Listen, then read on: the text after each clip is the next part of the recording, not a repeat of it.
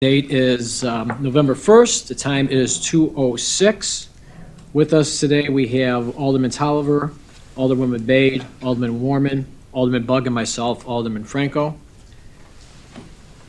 We have a couple of items on the agenda. The first one, I'm sorry, first of all, Madam Clerk, do we have anybody from the comment or from the public wishing to speak? No, we do not. Okay.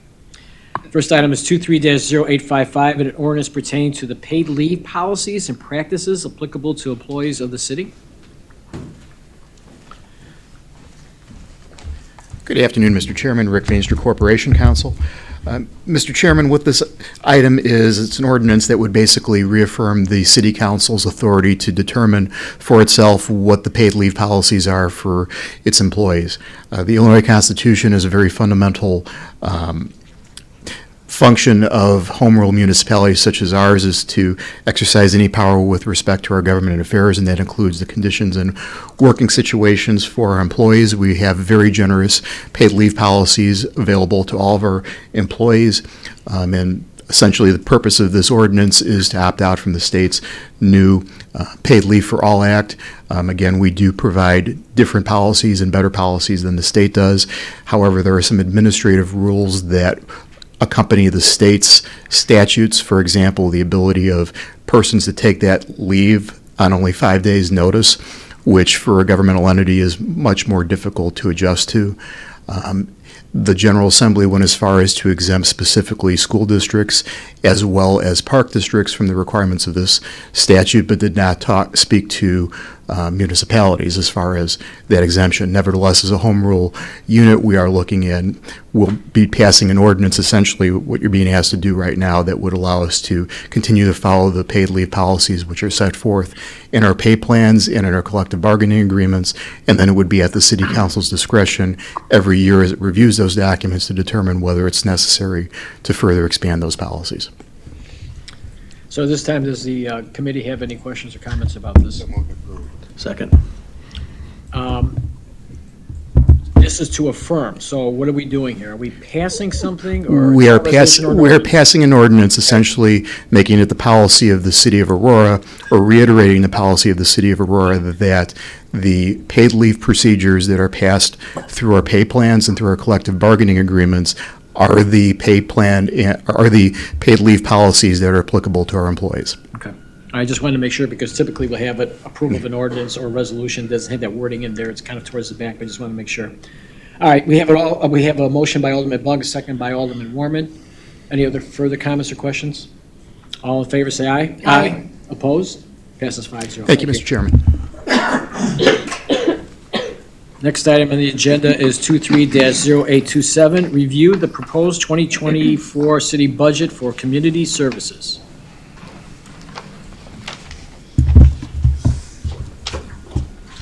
Good afternoon, Marty Shanahan, SHAN, Chief Community Services Officer. Good afternoon, Viviana Ramirez, RAMIREZ, Director of Community Services. Good afternoon. If you want to start on your budget, we're on page 357. So this is our flow chart for our department.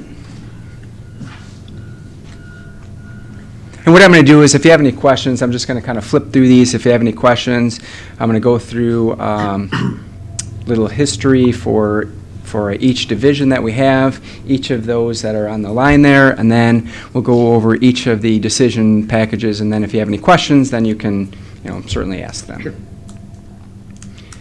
So these are the personnel changes since the last time you were in front of us, so I just want to have them stand up so you can see who they are. So we have new to 2023 is Ricky Benjamin. Logan Fingerly, he's the GAR Museum Assistant, but he is at the GAR. Salik Khalid. Evelyn Mendoza. She's on a call with seniors. Okay. Lizette Mendoza Hernandez. Tasha Moss. Martha Paschke. and Jonah Sutherland, and he is actually right now with the Education Commission? Education Commission. So again, we're on page 367. So our Community Services Department, we're very proud to talk about 2023 awards and accomplishments. In 2023, we hosted or co-participated in 7 community events, serving over 3,500 attendees. We had 26 National Night Out sites, serving over 10,000 attendees. We successfully handled overnight take-all warming center for 14 nights during the winter of 22-23, serving an average of 20 guests per evening. We processed and assisted with funding for 31 Aurora Neighborhood Festival funding events, and we proudly served more than 25,000 attendees. Total, we served about 40,000 attendees at our festivals and events. Our 2024 budget highlights are included in the book, but basically we are looking for a Community Services Department project assistant, overnight warming center security and supplies, neighborhood festival funding, National Night Out, and a box trailer. Here we'd love to highlight some of those special moments from both National Night Out and community involvement. Our members of the team are extremely involved and dedicated, and these just share some positive highlights of those events.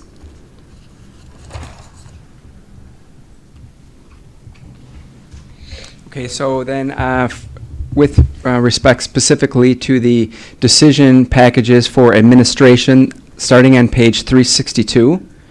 The first one is a temporary overnight warming center meals and supplies.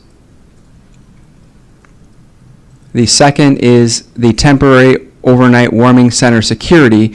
And if you recall, last year we were actually going to try to do seasonal, so this one actually replaces that one. So we have hired last year, and then we're going to move forward with that, hiring outside security to handle that at the overnight warming center.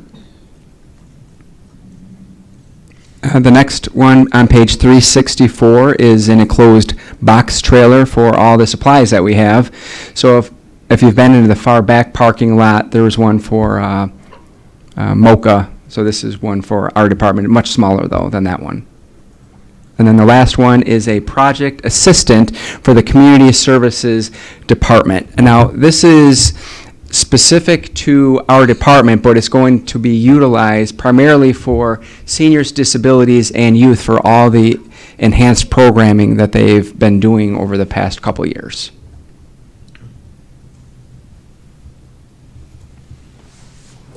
So next we're going to spotlight innovation and strategy. The mission and vision of innovation and strategy supports the mayor's pillars for Aurora. By developing and leveraging partnerships that maximize economic development, public safety, quality of life, innovation and collaboration, and social equity. Our top 2023 accomplishments. The first picture to the right, I'd like to highlight the restructured and reimagined Innovation and Strategy team. This new team was established to continue and revive the work of innovation and strategy for the city of Aurora. Also, by establishing a marketing strategy for the Financial Empowerment Center, a collaborative contract with the Neighbor Project for video marketing, 5 new big ideas under investigation that enhance delivery of public services and quality of life for Aurora residents, and collaborative work for homelessness, housing, and sustainability issues. That carries us into our 2024 goals, which we will seek to increase client and donor base for the Financial Empowerment Center through the marketing plan, enhance and expand the FEC programs and partnerships. We're going to implement the Aurora Child Savings Account pilot program. We'll continue to collaborate on social equity and sustainability projects. And we're going to move 5 big ideas from the investigation stage to action and implementation. Mr. Chair. Alderman Bug, or, I'm sorry, okay. Thank you. I just had a question on, as you went through there. So the Funds for Child Savings Account Initiative. Of course, the Illinois Department of the Treasurer has instituted a program last year, which is going forward now, and actually we have the sheets in our alderman's office. How is our program going to be different? Of course, you know, we want to help out our young kids. That's what they're doing down on the 3rd floor, talking about birth to preschool. But of course, we don't want to duplicate things. If the state treasurer already has a program and it's going to work and it could work for the people of Aurora, you know, do we need to have an additional program? So I just want to, if you could talk to that a little bit. Sure, this is a messaging for kindergarten. So the idea of the program is to put a small amount of seed money in for kindergartners and to send them and their parents a message that we believe you are good enough, well enough, smart enough to increase your education beyond high school, whether that be college or some sort of trade program. So we're working on the details now on after graduation, the funds will be spent on that type of education, and that's it. So it's a messaging that we're sending to our Aurora resident kindergartners and their families. Okay. So in education working in conjunction with what the state is doing. The state program is, I mean, you get the money at birth right away and teaching the family about savings. So we will build upon that once they get in kindergarten. And then there's another aspect that, since this is coming out of the Financial Empowerment Center, it's you know, having an education piece to that also, because we're going to be offering, you know, certain classes and such through the Financial Empowerment Center, similar to what they're doing now, to incentivize and to, you know, again, build up the parents. Okay, thank you. I have questions on that because I still don't understand what we're doing. Are we putting money in this account, or are we teaching them how to save money? What is, and because I'm confused on exactly how this is going to work, because if we're going to put $130,000 in this, I'm not quite on board with what we're doing to the details. It's going to be an opt-in program. So this is presuming every kindergartner in Aurora signs up. But after talking to the schools, so I'll kind of fill you in where we are now, is working with CFFRV, so we're finalizing whether, you know, to have a partnership with them. We're also putting together a RFP to partner with a banking industry. Now, after talking to the schools, they had kind of some drawbacks of sending information about the kindergartners to the banks, so it's going to be an opt-in program where the parents have to take a specific action to opt into this program. So I'm a parent, I got a kindergarten, I opt into the program, what happens next? There's $50 transferred into the account, and then, you know, depending on what the financial institution does, because we haven't gotten those back yet, is whether there be any types of benefits, or, I mean, that's what we're hoping for. And then in 15 years, when the child graduates, that funds, whatever they've grown to, can be used for secondary education or some sort of other training beyond high school. So every kindergarten in Aurora opts in. Every kindergartner gets $50, Yes. right? And then they're done, and then they see that money grow, and they can do what they want with it at the end.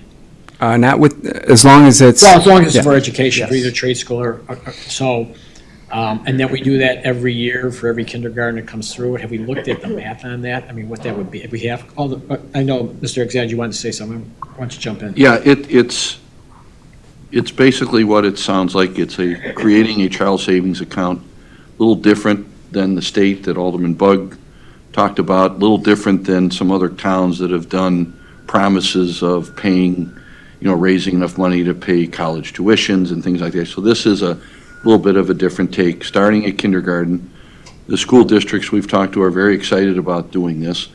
And the $50 is just an entree into the world of financial empowerment and targeting savings for some type of beneficial educational, whether it's going to college, community college, tech certificates, trades, carpentry, plumbing, all of that. And so we've got seed money, and the goal is not just to supplement every year from the city, but to go out, the team's going to work on marketing this. We're hoping that corporate folks would sponsor and submit money to the fund. And we're also hoping that through the financial institutions, that account can be open to where folks are counseled to put some money aside every year in this fund so that it grows. So it's not just the $50 compounded by 15 years or whatever, 16 years, whatever it is. So we hope to have all this done by the end of first quarter. We'd like to hit the, what do we call it, the fall school registration, which I think occurs in the spring, like March, April, for implementation. And so we'll have enough time to do the marketing materials, get in the schools. A couple of the school districts are ready to, they were so excited, they're like, just give us the materials, we'll do it. So it's a seed program that we want to see grow, literally and figuratively. So each kindergarten they opt in and gets $50, and then we're done with them as far as financing from city taxpayers' dollars. Because that's what I'm concerned about.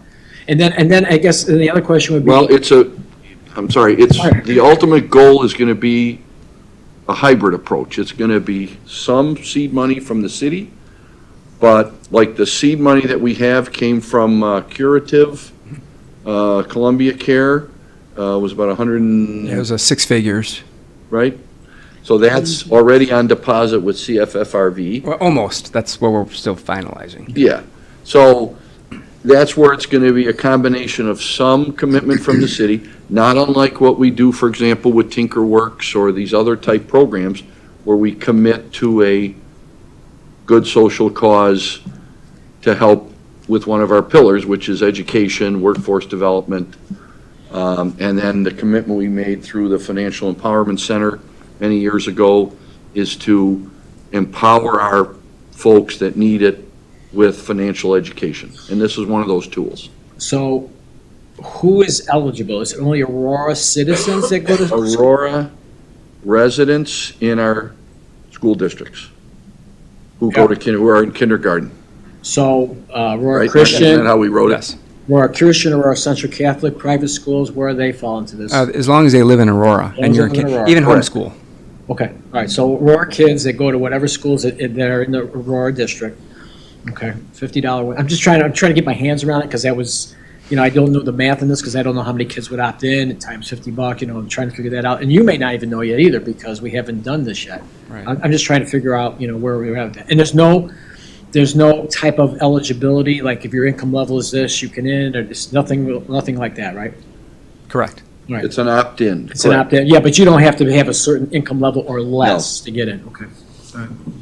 I do have, Alderwoman Bay? so once we disseminate all the information, the school districts will be responsible to forward it to the families for incoming kindergartners, or we are still following up whether all the students are getting this information? Yes, we've already had some preliminary conversations with them, like, you let us know what materials you want, and we'll even, handle it for you, or, if they want someone, like myself or someone from the team to go there and speak, then we can do that too. I mean, it's something that we're still in the development stage on how exactly we're going to roll it out. And along with the schools mentioned by Chairman, all the 6 school districts will be taking part in this. Correct. Okay. So let me just clarify, this is the budget presentation. We obviously have to account for this proposed program in the budget. We are waiting to complete all of these various parts before we bring it forward to council for your approval. For example, the financial vendor will come to council. The agreement with CFFRV will come to council. Correct. So in those two items, there'll be the details, and we'll have finalized the eligibility, all the details of the program will go along with that as attachments. And our best guess right now is the money we're putting forth with this should cover what we're doing the first year or two. I mean, Absolutely. that's our We're- best guess, right? Yeah, okay. Correct. And we have a pretty good handle on the demographics and the census number of the number of kindergartners from the school districts. Alderman Warman? This is probably more of a general question, because obviously you said you hadn't worked out the details. Like, what's our, once we do the financial commitment, what's our, as a city, do we monitor? Who does all that stuff? Have you guys gotten that far yet? Yeah, that's, Who set up the yeah. accounts? Who's- Yeah, that's something that, I think, has to do with the banking institutions, CFFRB, and the city. There's kind of a triangle, and we're on a number of different drafts. It's been in progress quite a bit to figure out exactly how this is going to happen. So in 15 years or 16 years, so if someone, one of the kindergartners who's now wants to send the funds to the school, we're working all these details out prior to rolling it out. So that way, everyone will have confidence on how this program is going to operate before it gets rolled out. The other question that, I mean, these are just the things we've all thought about, right? Is how do you get a parent who enrolls? There's, should be some sort of GIS layering, so then, it's not someone from our team or someone from the bank or someone from CFRB trying to figure out, like, manual inputting each of the, where each person lives. So it's, these are all the details that we're working out with those two separate agreements. So, but as far as our commitment from the city, is it just, we're gonna have to hire other people to monitor this, or have you gotten, No. so it's just gonna be? No, that's as of now. the purpose of having a third-party So- financial partner. No different than like a deferred savings account or a IRA account. There'll be a custodian, so to speak. So the custodian of the money will not be Chris Minnick in finance. The money will sit at CFFRV, and then they will issue reports. And then the financial partner, whoever gets selected, will be the main point. And so just like we all get reports on investments and all things like that, the parents will be, but again, only for those who opt in. Alderman Bug, do you have a question? I think this is a great program to encourage families to save for kids' future education and higher education. It's really good. So one of the things that we didn't even mention in here is even a small amount, the amount of, $50, $100, $200, it increases, I think it's don't quote me, it's fourfold on that person, that child then going beyond high school. Alderman Bug, do you have something? Yeah, I mean, I know that we don't want to get too far into the weeds on this thing, but say we're talking to ABC Bank to be the partner. We're putting in 130,000. Are we talking about an amount that they will also be adding in? I know there are banks right now who do ACE, the kid puts in 25, they put in 25, something like that. So are we?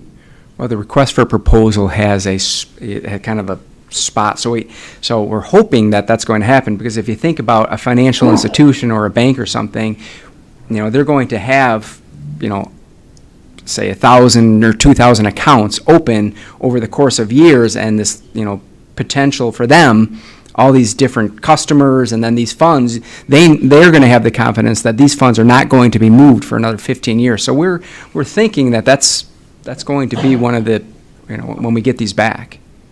Excellent. Alderman Donnell. Thank you, Mr. Chairman.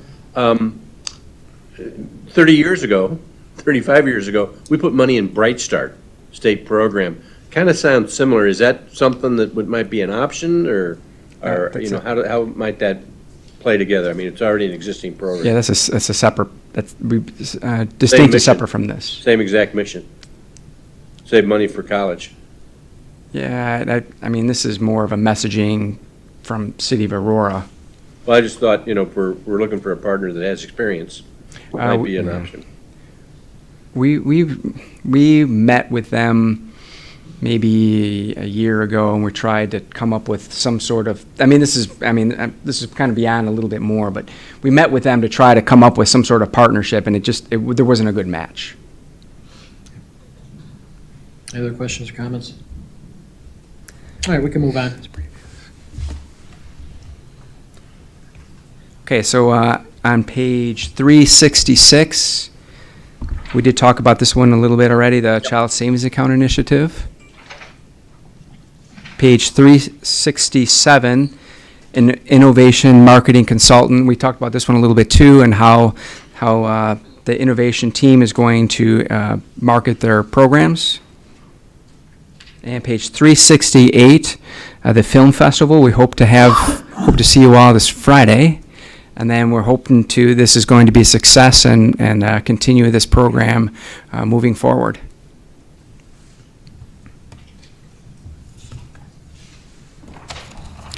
Next, we're going to spotlight our customer service division. And our ongoing mission is to provide a courteous, prompt, and precise response to the informational and service needs of the city's residents, businesses, and visitors. In 2023, our awards and accomplishments, we continue to promote the online portal and mobile application for customer service requests. We worked with citywide departments and divisions to improve coordinated responses to these requests. We researched new technology that can be used to provide a new way to reach out to Aurorians, and we continue to promote the online portal and mobile application to over 10,000 Aurorians by attendance at numerous neighborhood events such as National Night Out. In 2024, we continue to better and improve a way of offering new technology that will help us reach more people in the city of Aurora. And our budget highlights include the budget will permit the customer service division to provide enhanced municipal services to the public, to participate in educational and professional training, and to purchase supplies and promote the call center. And these are on page 399 and 400 of your budget book. To give you a snapshot of our customer services department division by the numbers, you see an overview from 2019 through 2022, and then the last column, 2023 year to date. You see those numbers? These are through October. So when you look at the numbers, our goal is to continually strive to improve our service for Aurora residents. This gives you a pie chart idea, snapshot of how we receive submissions and inquiries, and as you can see, 86% are phone inquiries. So then going to the specific decision packages, starting on page 369, a shredder for customer service. And then on page 370, 2 customer relations assistants are moving from part-time to full-time, which will then leave 4 full-time call takers. And as you can see from the previous graph, the vast majority of inquiries are coming in by phone. On this particular one, $26,000 towards that, 13,000. Is my math right? We're giving 13,000 more in salary increases per person? Yes. Okay, I'm just trying to get my hand around exactly where we're at with some of that. Okay. Alderman Buggs, you have a question? Yeah, very quickly. It's very telling that we still have phone inquiries at 86%. I was a little bit surprised by that number. But I know in recent past, we've talked about in a lot of by county, people have gone to other things. And we've talked about moving to, instead of 256 info, moving to a whatever number the mayor's office comes up with, 511, 611, 711, 311. Okay, there it is. Where are we at with that? Thank you, Alderman Bugg. So yes, we have undertaken, I believe we're at the very tail end of the community survey for customer service. So those results should be coming back. We actually had an update meeting with Crow this morning. So they have gone through all the city departments, talked to folks, gone back to IT, gone back to customer service.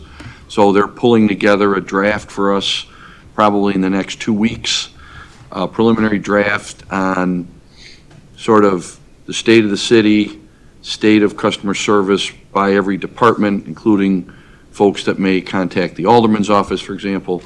So what I can tell you is we're sitting on about a 25-year process and system. And we're trying to get out ahead of the one application that is basically out of end of life, the Acela that we keep nursing along until we get this, what we're calling 311 assessment done. And so then Crow will sit down with all the internal stakeholders and show us sort of a path forward. And then we're going to start putting some diligence into options, cost, and then come back and make recommendations on going forward. So it also is tied directly to the new website. So that's why there's also some extra sensitivity, because we want the website to also be a significant resource point for anyone that needs to seek information from the city, do business with the city, look up anything. And then the nice thing about this survey is we're getting a pretty wide swath of folks weighing in. And then the internal review that Crow's done, you know, right now I could tell you there's maybe a dozen different ways that John Q. Public accesses customer service. It's not always through 256 info. Some departments have different options. We have after hours answering services. There's email submissions. So there are a lot of threads that we're trying to understand, document, and then figure out what's out there that works best. But right now we're calling it a 311 assessment, not necessarily making a commitment one way or another, but from what we've seen, making it easier. You know, there's a King County, I think, what is it, 211 for services? What's the one that came out last year? Right? So the trend is short, quick, something you can easily remember, hit 3 buttons instead of 256 info or whatever. No offense to 256 info, it's held us very well, but we're also in that last decision package, that 2 customers, part-time to full-time, that's also trying to prepare in advance for what we know is going to be an increased volume, whichever way we go. Thank you. That was the short answer. Thank you. Any more questions on this particular, Alderwoman Bate? I just wanted to say thank you to the customer service department and congratulations to Pam on her retirement. She worked for over 20 years and she was amazing. A lot of compliments for her from constituents. Thank you. Thank you. We'll turn now our attention to community development. In 2023, we are proud to say that community development administered grants totaling $6.8 million. Quality of life was over $1 million in funding to provide grants to 41 different programs to provide basic needs, education, mental health, seniors, and museums utilizing the city's gaming tax. The Community Development Block Grant, CDBG, over $2 million, $2,294,000 in funding to preserve and expand affordable housing, homelessness prevention, assistance to seniors, accessibility improvements, and other neighborhood revitalization activities. We partnered with housing developer to utilize city funding to create affordable rental housing and public health facility at Lincoln and Todd. Our goals in 2024, we're going to continue to maximize resources to address service gaps, which is really important, and the areas that need more help, vulnerable populations, including seniors, persons with disabilities, and low to moderate income households. We're going to conduct closeout and audit of the Community Development Block Grant and administer first year of Home Investment Partnership Program, the American Rescue Home ARP funding to assist residents that are homeless or on the verge of homelessness. Our budget highlights, we seek to administer approximately $5.6 million in city gaming tax and federal funding that will support a wide variety of programming and assistance to nonprofit agencies and continue with low to moderate income households. And we're seeking $50,000 consulting fee to assist in the completion of a 5-year plan from 2025 through 2029 to administer approximately $10 million to support community development and further the affordable housing as required by HUD. So going to the community development decision packages, there's one on page 377, and that's the $30,000 for the consolidated 5-year plan, and again, and that's required by HUD. What page is it on? Oh, I'm sorry, 370. I can't even read my own writing. Well, that's 371.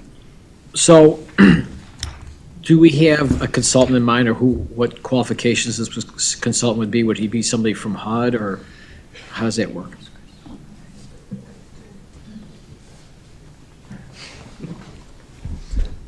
Good afternoon, Chris Ragona, Community Development Manager. So 5 years ago, back in 2018, we conducted this process. We did a formal RFP across the country. There are many consultants who do this on a regular basis for cities, counties, states. This is required by HUD, so we're provided with a template, but there are numerous sections to conduct our needs assessment, do our stakeholder analysis, and try and project goals over the next 5 years. So this would be in consultation with city staff as well as our different various commissions and committees, but that's generally the process. So to answer your question, we don't have someone in mind. We do have a list of consultants that we would offer this to, similar to any RFP process, and then any contract, assuming it's over $50,000, would come through City Council. Okay. I was just trying to make sure that we had a list of type of people who have expertise in this, but you're saying that that's available, so, yeah. Mhm. Okay, good, thanks. Thank you.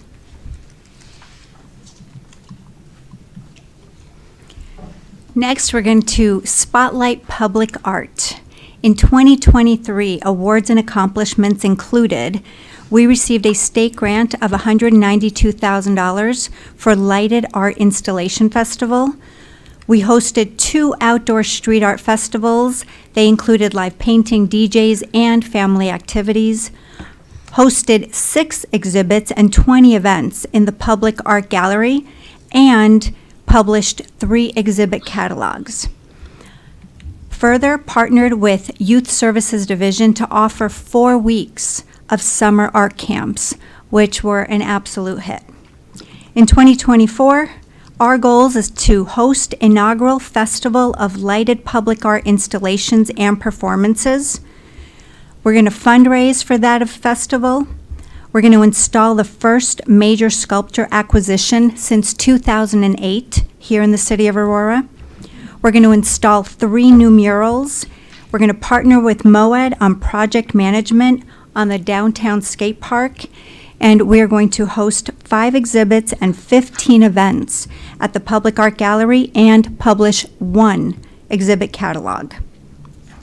On page 413, you're going to find our budget highlights. We're seeking $42,800 toward Festival of Lighted Public Art Installations, and we have carryovers to complete 1 permanent sculpture, 2 murals, and 4 temporary sculptures, all attracting more people to our beautiful city.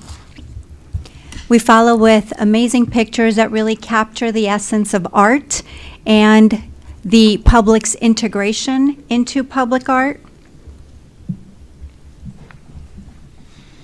And then specific with the decision packages, on page 372, the Luminosity Autumn Light Festival.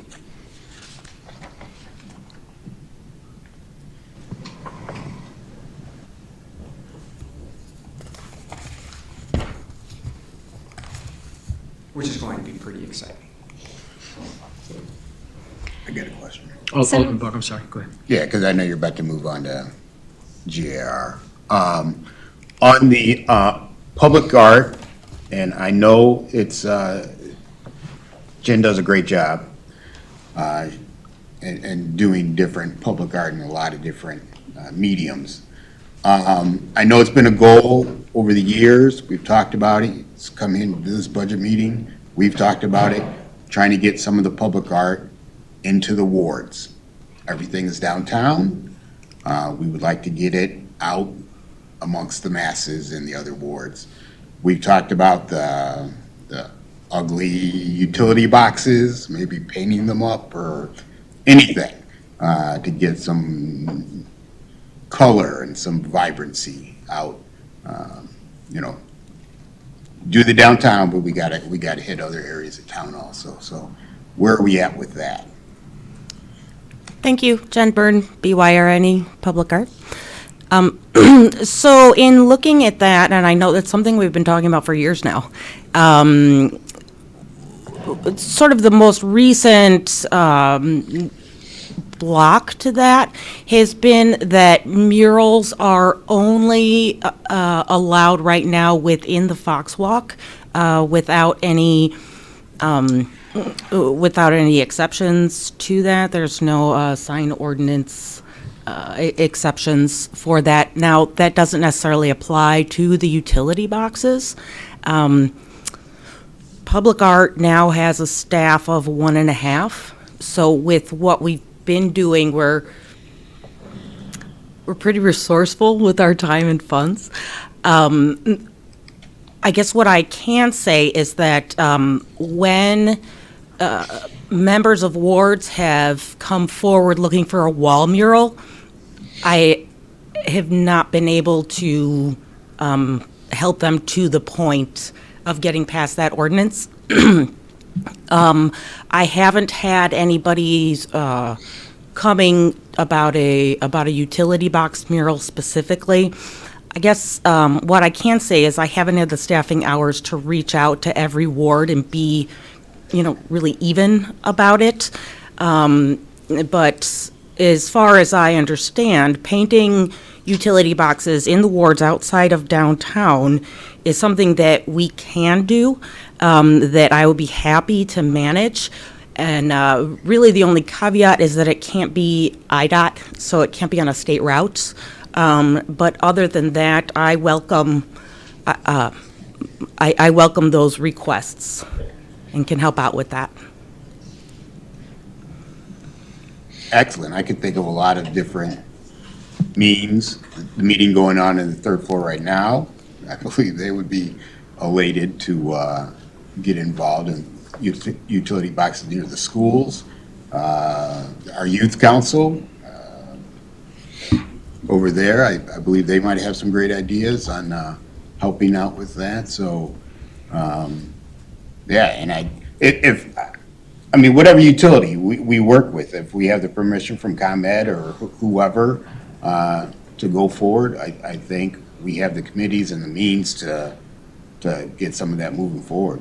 Definitely. I know we have some of the people outside of downtown here, so they would be, I believe, elated to see some bright colors and other than that, whatever color green that box is, to have some new colors out there. So, Mr. Alexandru? And I think Alderman Bug, those are well-taken suggestions. I know that Jen and team, we've looked at maybe alternative forms of public art throughout the community besides just the traditional murals and that. And, there's a wonderful program through Bloomberg that's street art. And we've started to take a look at some of those things. We're looking at how to best implement them, make it last, using the right materials, types of designs. So I think administration's very open to discussing that, but Jen is spot on that right now, as the rules are, that it's, the murals themselves are downtown, but utility boxes are open. I think one of the issues we had a long time ago was just the request that they not become like distractive or attractive nuisances, and I think that's one of the reasons why we can't put them along like state routes and that. But I think there is an opportunity. I know when Fox Valley Mall, before they started doing their big renovations, people really loved that Fox mural that they put. Unfortunately, they couldn't save it. I think it was just that single purpose for that use. But those are the types of things I think we would encourage, and I think you're right, the school districts, there could be some pretty cool collaboration there with public art. Maybe we can get some grant funding to go along with maybe a quality of life grant or something along the lines. But we're certainly open to that. So perhaps maybe every alderman might want to look at their wards and identify some possible locations and send them in to Jen, and we can start from there. Definitely. One more thing that I could add is that I have had some schools reach out, Cowherd and Holy Angels for sure, looking for information about how to do murals on their property, and I was happy to provide all the information they needed, and then they kind of ran with it. We're a great resource for information and different products and that kind of thing. If anybody is interested in a street surface mural, what we really need is 48 hours to let it cure. So going with something that is not very high traffic would be a good idea in any ward that wanted to do that. Thank you. Any other questions on this? Alderman Lash? First of all, thanks for all your work downtown. I know you're a staff of 1.5, but just curious, are we tracking how many people each art festival brings, a music festival closing down Stope Island versus First Fridays, like some sort of estimate so we can get an idea of this investment is better as we as a council look at? I'm not trying to, I'm supportive of all the initiatives and the positive stuff that's happened. I just want to know if there's a way to measure it if we're tracking it. Yeah, thank you for that question. Quantitative data collection is something that we look at a lot. It's tricky when it comes to public art to collect those numbers. For this upcoming light festival, we're going to be doing some geofencing to collect, numbers of how many individual cell phone users are coming compared to how many are usually in the area. We're also looking at near-field communication technology that tracks how many people are right at that installation. And then, was there one more? We're looking at some big installations that would be up for 4 weeks. One of them, for example, it's connected by Wi-Fi to the firm that leases out this project. And this is just an example. We're not necessarily going to go with this particular one, but it is available on these projects. So every time somebody sits on one of these light-up swings, it counts that. And all of the data is tracked by the firm in Montreal, and they actually have some really good write-ups on the ROI of leasing that. It's like 40-some pages, but I'd be happy to provide it on exactly what the ROI is for that. Move on. Yep, we're good. Thank you, Jen. All right, it's my pleasure. I've got to go into the Grand Army.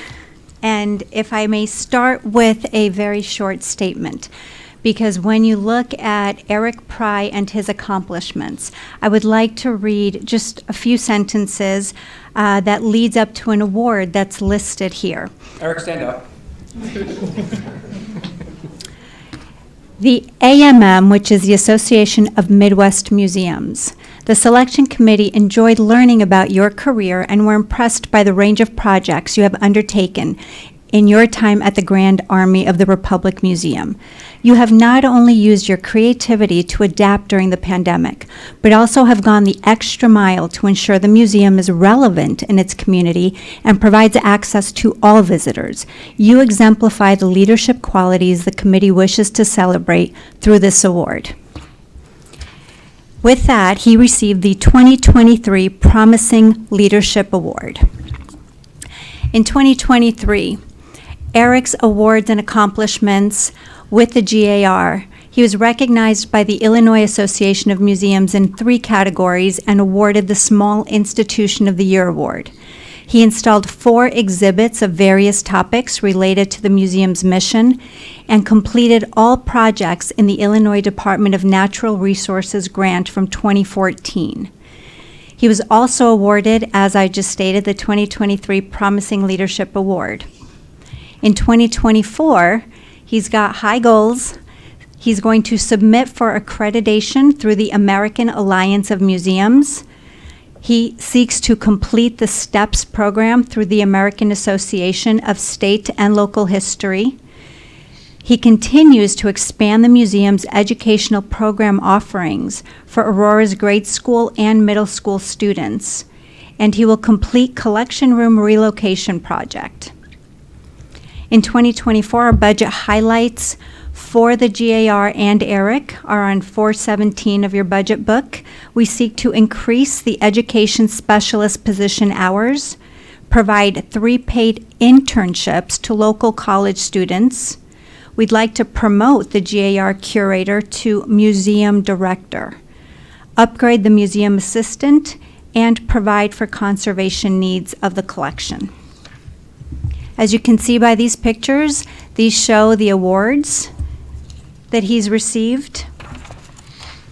And honestly, these awards don't do it justice, but anybody that's been at the GAR really can get a sense of the hard work and dedication and what that means to us and to everybody that visits. So we're hoping to drive more traffic to the GAR. I have a question. Based on the museum director position, what is the new salary? I see how much the salary went up, but what is the new salary for that position? I think it equates to, it's in here, Executive 14, Step 6. What does that come out to? The additional. No, just what would Executive 14, Step 6 be? 'Cause that's basically that's where we're putting this person. I'd have to pull up, but the decision package only talks about The increase. additional increase. Right. Well, I'm just trying to, I'm on my mind to know exactly where we were before, what we're going up to. You know, I just would like to know what that salary is gonna be. You can, I mean, you wanna get it, if you don't have it now, if you can get it, that would be great. I mean, it's not gonna Absolutely. stop the process. I'm just curious about that.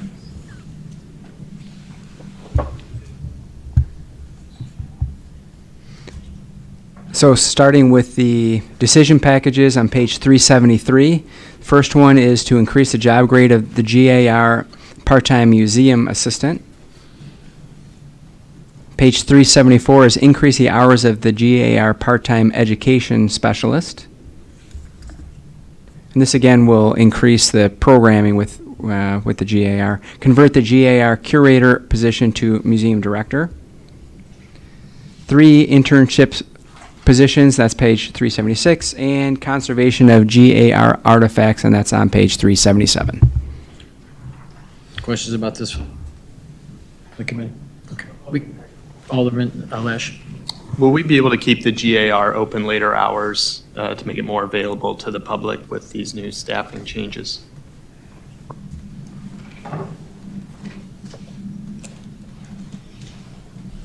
Eric Pry, Peas and Peter RY.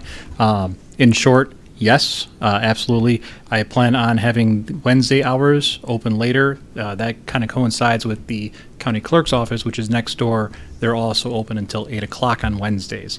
So I hope we'll be able to utilize the education specialist to allow the space to stay open, as well as offer the space as a meeting space for 2 of the Girl Scout troops, which I just got that email earlier last week, so it's still in the work for that. But yes, that's the goal. One of the other goals is also with that is to not only have summer camps summer camps there, but also some programming through the school year also.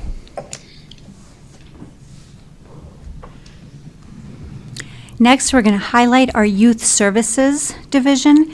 In 2023, the awards and accomplishments, again, are many. This year, Youth Services organized the 29th Annual Aurora Sports Festival, and it was officially renamed the Fred Rogers Aurora Sports Festival. We had 12 middle schools participating in 15 competitions. We had about 1,200 plus students that participated. Youth Services hosted the 2023 Youth and Family Resource Fair with over 45 youth-serving organizations participating and more than 900 attendees.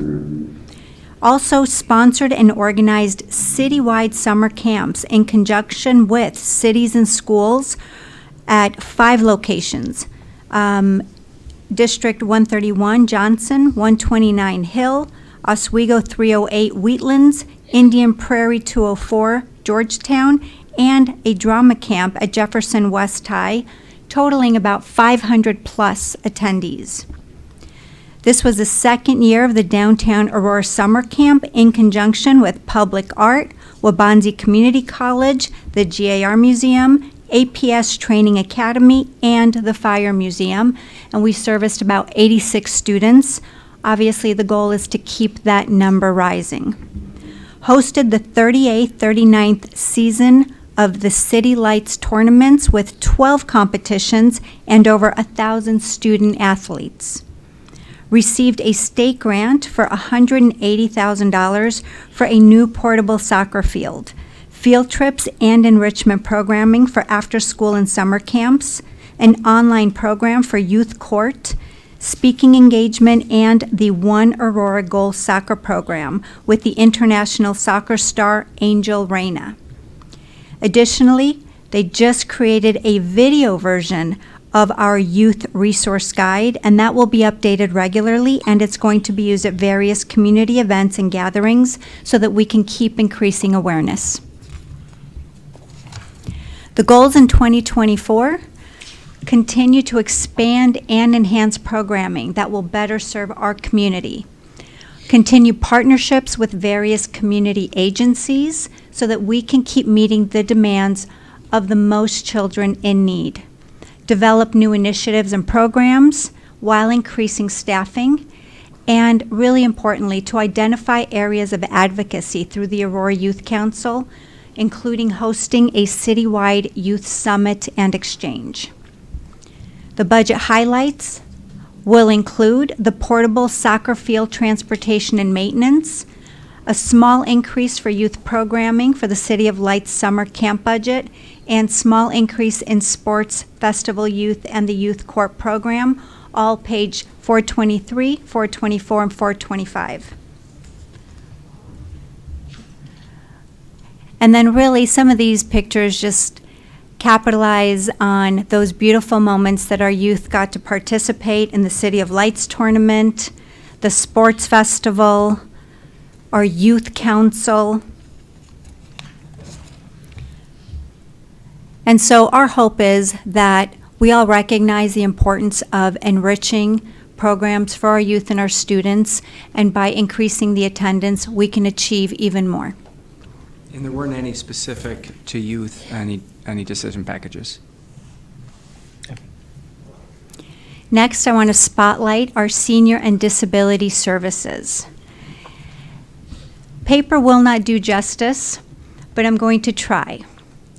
Our Katrina Boatwright created and released the first senior resource guide. She expanded access and inclusivity for youth with disabilities through recreational and social emotional services, activities, and programs. There was an increased city presence and leadership regarding advocacy and strategy for seniors and individuals living with disabilities. Also, she launched the CARS, a pilot transportation program for seniors and individuals living with disabilities. Expanded Operation Senior Shovel by adding contractors and purchased software. The second annual Senior Swing Scramble was a huge success, even more than the first year. And through the dedication of our senior and disability services, we were selected to partner with the Metropolitan Mayor's Caucus for Aging in Changing Region 2023 cohort. Further, something that touches everybody's heart is the creation of custom City of Aurora birthday cards for seniors that really, when they get that card in the mail, it keeps them tied to our city. They are shown that they are still a continued valuable member of our community. The Senior and Disability Service goals is to continue to expand access and inclusivity for youth with disabilities to recreational, social, emotional services, activities, and programs, seek to continue to address gaps in the available and reliable affordable transportation for seniors and individuals with disabilities by scaling the CARS program, to create and release the Disabilities Resource Guide, to create and spearhead a task force for older adults, and to identify and strengthen collaborative efforts around mental health strategies. And everybody here that's been a part of this journey will know, or I want to tell you, that these programs created from scratch, paper does not capture the nuances involved. So our budget highlights include an ask for disabilities inclusion program, seasonal support programs, CARS transportation program, resource guides, and the very popular Senior Swing Golf Scramble, and those are found on page 430. Can I interject real quick? Community Services does a great job on all these different levels, but I got to give a special shout out to Katrina because, we didn't have this before. We've always had youth stuff, and I've been coaching myself for 30 years, but this is something that was necessary, and starting from scratch, you've done a great job with all these different things. I'm just so happy for you. I'm so happy for the city that we said, hey, this is a situation needs to be addressed for the disabilities and the seniors, so thank all you guys for that. So it's a wonderful process. Thank you. And thank you very much for that. Can I add something? Can I say? Go ahead. Mr. Chairman, I would like to echo the similar comments for Ms. Boatwright. I didn't see anything about the snow shovel program. Are we expanding it, or it's going to be the same as last year? Yeah, thank you, Thank you, Katrina Katrina. Boatwright. Thank you. Yeah, Manager of Senior and Disability Services. Yes, we are continuing and expanding it. Each year, we add a minimum of 24 new residents that's able to be accepted and included in our services. So we're looking for volunteers in case anyone's interested. Just kidding. You do help, Alderman Franco. Thank you. I thought snow was canceled. Well, let me just say this. I did volunteer last year, and it was tough to find a day where they needed my services. There was very little snow last year, more than 2 inches, so thank you. And we're hoping it's that way again this year. Yes. Fingers crossed. But I do have a couple questions, though, with the decision packages while you're up there. If we go to page 379, that's the CARS Transportation Program, great program, $175,000 for the first year. How do we determine that amount? This is a new program, and I guess any new program. How do we come up with the initial amount as a pilot program? It's based on the services and the fees with our contractors. So we have a vendor on the go. So basically, we're looking at how much we pay them to manage, to dispatch, and to coordinate the services. And then we're looking at the ride. So we have an average ride based on how many average rides per person that's participating. So once you do those calculations, for example, we started with 3 round-trip rides, which is 6 individual rides per person. And we estimated if we served 50 and gave them 3 rides, based on this average miles, which is 20 miles per ride. That's how we kind of did our calculations. Then we looked at if we were to increase those numbers of rides or numbers of residents served that were approved, then we would need this much to scale that program. So that's how we got our figures, is based on calculations already there. Well, I love the math, because when you tell me it's based on this number times this number, I mean, that's how it should be done. I just know sometimes that we just spin the wheel and says 175, that should get us there, but you give a good formula for that, so I appreciate that. And then on the next page is the quality of life aging in place repair support program. So I guess I would ask the same question for the last one and this one. Is there kind of benchmarks on income levels to be able to do this? Because not all seniors need help. You know, it says fixed incomes. Well, there's some people on fixed incomes that are in six figures. So do we ever look at that when we do these type of programs and like, well, that person can afford this one? Or we just say if you're a certain age, you're in the program? You know what, the parameters for that is still being decided, and so after this is approved, we'll talk about that. But when I did the senior listening tour, that is one thing that stood out greatly, is that we have so many opportunities and services for seniors that are low income, that are in great need. But we do have seniors that exceed that low income measure, that still are on fixed incomes, and they're unable to keep the quality of their home in place. So my proposal is that we do consider something higher than that low income, or else how are they going to be able to age in place? How can they continue to age in their community? Right. So a lot of the programs that I offer have been something different than all the other services in the community, because we're looking not to duplicate what exists, but to help them overcome their barriers and exceed those residents that haven't been served and aren't able to be served through our nonprofit organizations. So what you're saying is that we have an income level which you abide by with a lot of these, but it's kind of low, so we may increase it, but it's not going to be unlimited. If you make $200,000 a year in fixed income, you probably wouldn't qualify. You I mean, we're gonna- probably we're gonna can have pay for spots. your own repairs. Right, I mean, we're going to have spots there, it considerably. doesn't matter. Okay, I just want to make sure, because fixed incomes not necessarily tell the story. There's a lot, Yeah. like I said, a lot of six-figure pensions that, you know, just because you're senior, if we're looking at who needs it, who doesn't, I just want to make sure we Have still- an eligibility process. Yeah, we still want yeah. to keep the funds for the needy, I guess. How we determine that is, it's, you know, you guys will figure that out, but as long as we have that in place, I just think that's more important. Absolutely. All right, thank you. Any, Alderwoman Baker? Could you please expand on identify and strengthen collaborative efforts around mental health strategies? What are your plans?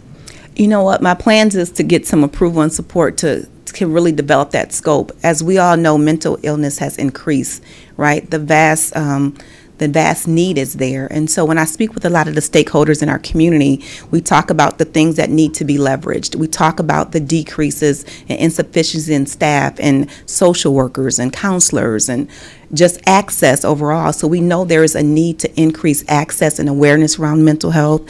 We need some type of citywide strategy around that, really bringing the collective stakeholders together, saying, how can we address this together? And so those are some of my thoughts and that I'm going to propose for consideration around mental health. Will you be hiring any expert for this? Say it again? Will you be hiring any expert for this or part-time? I don't know. You can say it out loud and see if AA wants to. No, we're not. No. No, so, you know, we have the significant initiative that's been doing well in the police department for critical incident response. We're adding to that. You know, this is really an ongoing struggle from the pandemic. And it is not just affecting the city, it's every community, the entire state, the region, the country. So Katrina hit it on the head. We are looking at putting together sort of a coalition and seeing if we can get monies out of our 4 counties, monies out of the state. Again, being in local government, we're at one end of the totem pole and we're being asked to try and do a lot. Some funded mandates, a lot of unfunded mandates. So unfortunately, this mental health crisis is hitting everyone. And we're fortunate we have some great partners, our school districts, the health departments, the counties, our state officials have been sympathetic with listening, but we need to make it into an ask and a support. and some sustainability, because the problems are not just going to go away. And, we're working with Martha, her team, Viviana. We've got both a homelessness task force as well as an affordable housing task force, because, believe it or not, those all have connections to mental health issues, a person's circumstance. And I remember when we were talking about the snow program, the late Alderwoman Hart Burns would always bring up those families, those senior families, for example, who may on the surface look like they're fine, they have a house, they may have a pension, but there's the phenomenon that they're one basic life event away from a worse circumstance, whether it's losing their home, health insurance, a mental health crisis that may move them. So there's a lot to consider. We're doing that actively, and I would just say stay tuned for us to unveil the strategy with some action steps in the new year. Thank you. Alderman Bug? Yeah. Yeah, I just want to say that, again, Katrina, you've done a fantastic job. And when this baby was born, we looked at, senior services were supposed to be done by the township. That's, who's allegedly is supposed to do them. But we know that in our region, Aurora Township is the only one who has a small programming for it. Yeah. And our neighboring townships don't have anything. Naperville, Wheatland, the list goes on and on, Oswego. So the gap was huge. Yeah. And you have stepped into that gap, and we're very, very thankful. And to build on what Double A just said, for our seniors, and I started, this shovel program a long time ago, but it didn't matter income level, because if your spouse is in the hospital, guess what? You're not really thinking about the snow. You're thinking about your spouse in the hospital. So, those needs are there, and we thank you for being there. Thank you. Any other questions on this? Alderman Lash? Two, one on transportation and one on mental health. Is on the menu for the mental health, are we going to be looking at a 708 board? I know that there can be a township initiative there, but I'm just curious what we can do as a city, just because I'm not familiar with the law. I'm sorry, can you reframe that as a question? A 708 board. To actually form a 708 board, mental health board at the city level. That has to get approval, but do I think there's an opportunity for that and to bring all of our counties and public health and everybody in to do something like that? I think we have that opportunity if we decide that's the direction that we're going to move forward. It would take a ballot initiative to approve it. I'm just curious if between 4 counties, how complicated that is. Okay, and my other was, several have mentioned the overlapping services. I already asked that question on snow, but overlapping services with transportation, how do we handle that with township and PACE and others? Yeah, unfortunately, it's not overlapping because the need is so great and we have so many barriers for seniors and persons with disabilities. And so while we have transportation, it's just not enough. And so we don't look to duplicate. I was intentional about doing a lot of research and exploration on how we can partner to meet these needs. And that's why we partnered with several of our organizations that already provide transportation, but they had so many barriers. They were falling short, whether it was county restrictions, whether it was reliable transportation, not enough drivers, not enough money. There were so many problems. So it feels like, oh, there's an overlap, but every organization can tell you there was no overlap. The need was great, and this partnership is really helping them exceed their barriers to serve their clients in a better way. I do like the way it's structured. Are there limitations if a Aurora Res senior needs to get to a Northwestern appointment for medical? Does this take them curb to curb there? It does take them there. Mr. Alexandru? So just to clarify, and Alderman Lesh, I'm not sure where you were at, if you were on the council when we introduced the pilot program or not, I don't recall, but it was intentionally designed not to be duplicative of anyone else. It was to hit the identified gaps. And just so everybody remembers, when we looked at this, the township levies and they collect from folks in their township for senior services. We don't have that ability.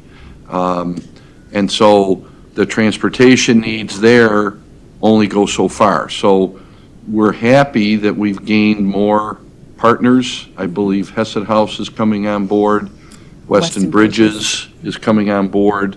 VNA has come on board. So we're always looking for more partners. And so far, the vendor has been exceptional that we selected. And I think the customer satisfaction has been very high. Very high. And there's also an ability for an exception to be made under certain circumstances. To exceed the 20 miles, yeah. Right. So I feel like we're getting a good handle to build this up, but this is going to be another situation where you all are going to have to make a decision on funding and how far we go and how appropriate it is versus maybe other sources of revenue to fund it. But it's definitely hitting a need for not just seniors, but persons with disabilities. Other comments or questions on this particular part? All right, we can move on. Thank you. Katrina. Do you want to? Oh, go ahead. Yeah, and the next couple slides really just capture the essence of what we just talked about, our Operation Senior Shovel. We just had one for the golf. But, I mean, oh, we're going backwards. Okay, so there we go. The first one, we've got an image of the senior resource guide and then the informational sheet that was distributed for cars. Following this, we have our Special Olympics partnership during Respect Week, and that was a huge success. Also highlighting the Family Resource Fair on the right, and then a beautiful picture down at the bottom. The Aging and Changing Region, the Metropolitan Mayor's Caucus. This was a listening tour for those of you that were part of the original listening tour that Katrina did, but this was basically round two. It engaged seniors, and then part two engaged the stakeholders, brought everybody together. The senior birthday recognition, this was such a feel-good event for anybody that was able to attend from the city. We saw that firsthand. Operation Senior Snow Shovel, this has been one that from the beginning our Community Services Department really got behind this endeavor. One of the pictures you see some of our own employees, when some of our volunteers could not go out there, we personally picked up a shovel to make sure that the seniors were serviced. And then our last slide is our annual Senior Swing Golf Scramble, which again was a huge success, and hopefully we'll see more of you golfing next year. We already covered the decision packages, but one thing I think the theme of this is you'll see that we all work together, even programs that aren't specifically in our division. One thing that you'll see is very proud of this team is they all work together, and there's some excellent talent in this department. And lastly, to end on another very positive note, this is our grants summary from January 23 through October of 23. Total applications. We have submitted applications totaling over 22 million, and the total applications awarded over 6 million, almost $7 million in application awards. And what I want to highlight, it is not on this, but in 2022, we were awarded just over $3 million in 2022. With our new grant writer, who unfortunately is not here today, we are now at almost $7 million. So that has been a wonderful effort by Julie Franchino, and just want to give her a shout out. Well, thank you. Questions or comments on anything that we've covered today from the committee? got one. Go ahead, Alderman Bug. Because we didn't have any decision package for youth, I just wanted to, and I know we're talking about expansion, which is awesome. All about youth. Of course, I got 3 teenagers, so I know all about it. With the youth and expanding, want to talk about our youth festival and those programming. If we're going to be able to expand back into the districts that were not, did not take advantage of that. And I know we moved some things around specifically. We took out the tug of war. Many of you don't know about that stuff, but it's a shorter day now. And so I know in talking to some of our new superintendents, people who had not been part of the discussion in the past, they are more amenable than past superintendents. We know who they are. So I want to talk about that, spreading out, taking in new school districts, new groups who have not been involved in the past. There's one thing I just want to touch on real quick, is we are getting a specific to the department, a program assistant, and again, that person is going to be working with both youth and with seniors, but, even though they're in the admin part of the budget, but that's, so. But I covered that. Simon Rodriguez, Youth Services Manager. Just to add to your question, Alderman, every year we try to do an overview of all our programming. So obviously, 29 years of sports festival will change over the years. Next year's our 30-year anniversary. We're going to do something big next year, so please, I hope to see all of you. Alderman Franco, I know we're going to need you for softball again. One of the things that's really interesting in my short 5 years here at the city is sometimes leadership changes outside of the city. For example, for many of our school districts, we might have a phenomenal relationship with one particular school, but then that administration or that principal moves on, so we have to almost reestablish a lot of our relationships. Sports Fest, a good example is, we've never had District 204 schools. But that's an issue that it's ongoing because of their field trip policies or same thing with their City of Lights tournaments. District 204, a good example again is, if I'm not mistaken, they have certain regulations against their schools competing with schools outside of their general district. But again, we're always open to enhancing and including that. And yes, unfortunately, we had to take out some of our programs because the school days have changed dramatically post-COVID. So a lot of times, especially if we have it on a Monday or Tuesday because of the cancellation, rain cancellation, those are what District 129 and 131 call, they're called late start days. So the day is an hour shorter. But definitely welcome any and all suggestions. Alderman Bade. Thank you, Simon. Great programs. I wanted to ask, from 204, Georgetown can participate and other schools can't? So that's regarding sports. So there's different rules. So I mean, again, we'll have our summer camps. We always make sure we have one for 204 for that example. That was just an example with athletics because we do have District 204 schools that are located in Aurora, and those are middle school athletics. So the Sports Fest and our City of Lights are all middle school athletics. So we like to say that we have our programs open to all families that reside in the Aurora boundary or their students or schools that are physically located in Aurora.